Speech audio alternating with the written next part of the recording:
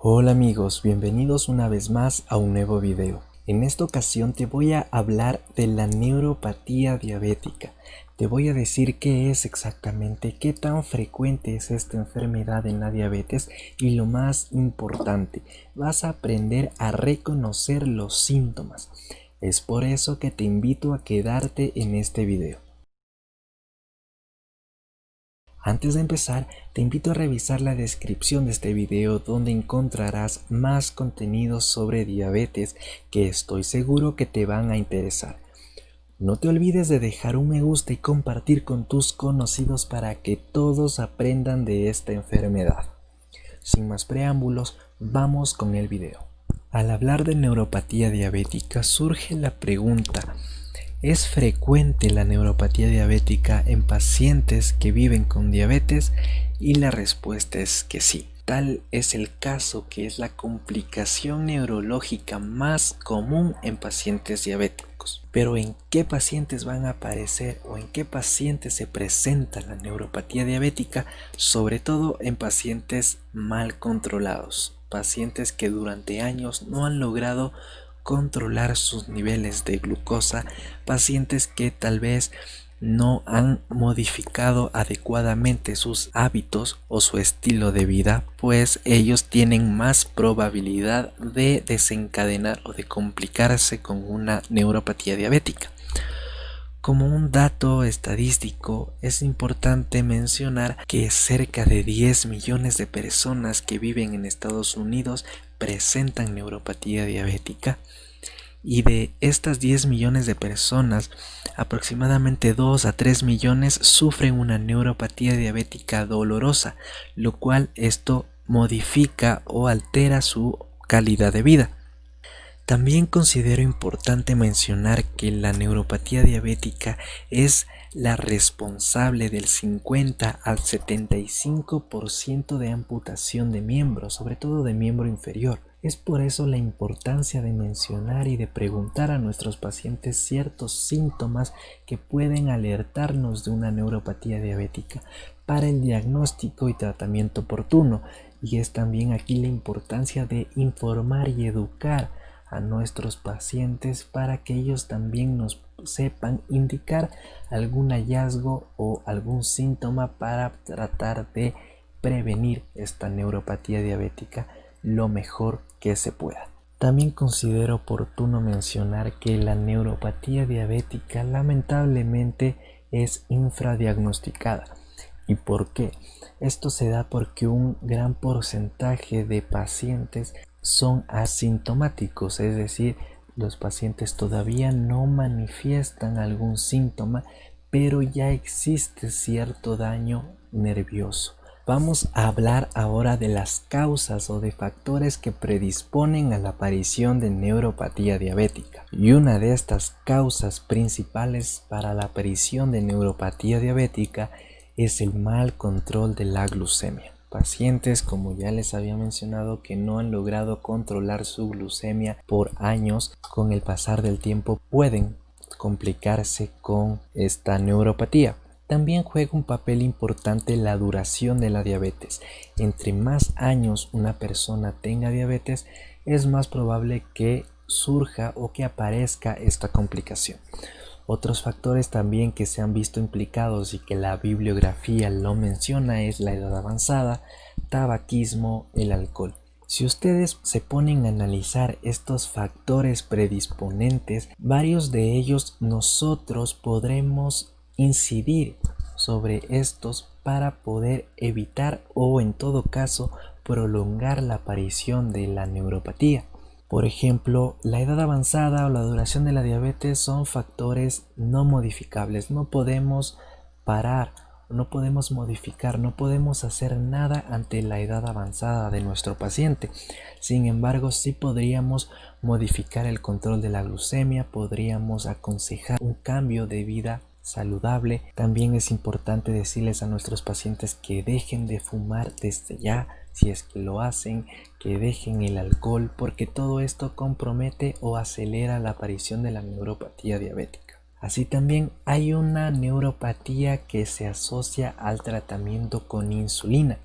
sobre todo en pacientes que van a iniciar el tratamiento con este fármaco. Es importante mencionarles a nuestros pacientes que podrían aparecer síntomas parecidos a una neuropatía, sí, la neuropatía insulínica, y que estos síntomas, en caso de aparecer, tienen una duración aproximada de 6 meses. En algunos casos estos síntomas pueden ser incluso menos de 6 meses. Bien, estos síntomas son reversibles. Ahora vamos a hablar de la forma más común en que se presenta la neuropatía diabética, que se llama la polineuropatía simétrica distal. En este apartado vamos a analizar los síntomas, vamos a ver cómo se va a presentar un paciente de estas características, cómo va a llegar a nuestra consulta. Hay que aclarar primero que la sintomatología de esta neuropatía es progresiva. Empiezan con síntomas bastante leves que pueden ir haciéndose más grandes, ir haciéndose más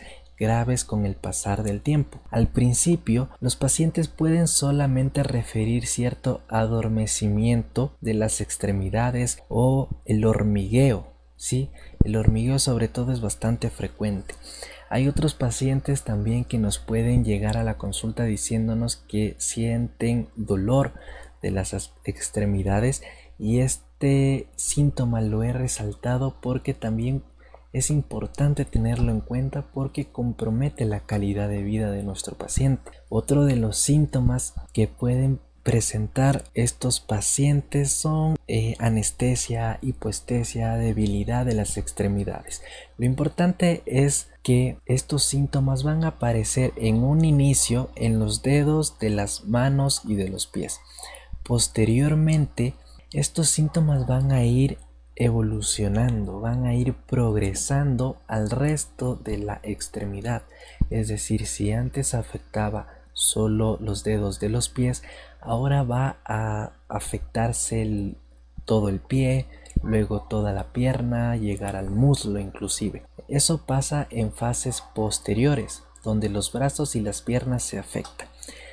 En la polineuropatía simétrica distal hay que aclarar que tienen ciertas características, hay una afectación simétrica. ¿Qué quiere decir esto? Que se van a presentar en ambas extremidades. Es de predominio nocturno. Los pacientes nos van a decir que estos síntomas, el hormigueo, el dolor, aparece sobre todo en la noche y que puede incluso dificultar el sueño. ¿Y por qué se da esta polineuropatía simétrica distal? Esto principalmente a que hay una afectación o un daño de las fibras nerviosas pequeñas o grandes, incluso pueden estar afectadas ambas. Y la sintomatología va a variar dependiendo de qué tipo de fibras nosotros tengamos afectadas. O sea, en este caso nuestros pacientes tengan afectadas. Si se afectan las fibras pequeñas, pues tendrán cierta sintomatología, a que si se afectan las fibras grandes, que ya la vamos a analizar posteriormente. Les he traído este esquema para tratar de diferenciar o de hallar las diferencias dependiendo de qué fibras nerviosas están afectadas. Bien, si se encontrasen afectadas las fibras nerviosas grandes, la sintomatología de nuestro paciente podría ser un dolor profundo de las extremidades, debilidad, hormigueo, cosquilleo o entumecimiento. Estos pacientes van a tener ausencia de los reflejos, sobre todo el reflejo aquilio es el que se va a afectar en una forma precoz. Por lo tanto, si nosotros tenemos un paciente diabético, analicemos los reflejos porque de esta forma podríamos nosotros como personal de salud encontrar esta complicación de forma oportuna, rápida. Va a existir una conducción nerviosa lenta y sobre todo, ¿cuál es el problema de este daño de las fibras grandes? Es que compromete o hay un mayor riesgo de caídas o de fracturas precisamente por la debilidad de las extremidades. Esto con el apartado o con el daño de las fibras nerviosas grandes. Ahora bien, si es que hubiera un daño de las fibras nerviosas pequeñas, el paciente puede también referir un dolor, pero este va a ser un dolor más superficial. El paciente puede sentir en las extremidades corrientes eléctricas o ardor o alodinia. Recuerden que alodinia es una sensación dolorosa ante un estímulo que no generaría dolor usualmente. También hay una falta de percepción térmica. El paciente tiene una alteración al momento de sentir calor.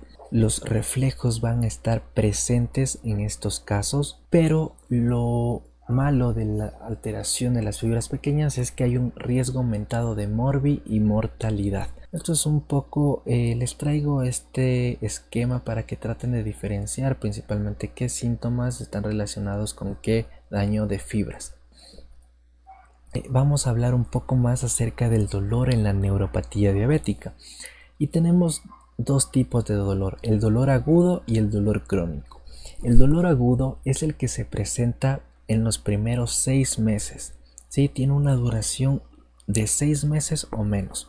Su intensidad y su carácter es variable. ¿Qué quiere decir esto?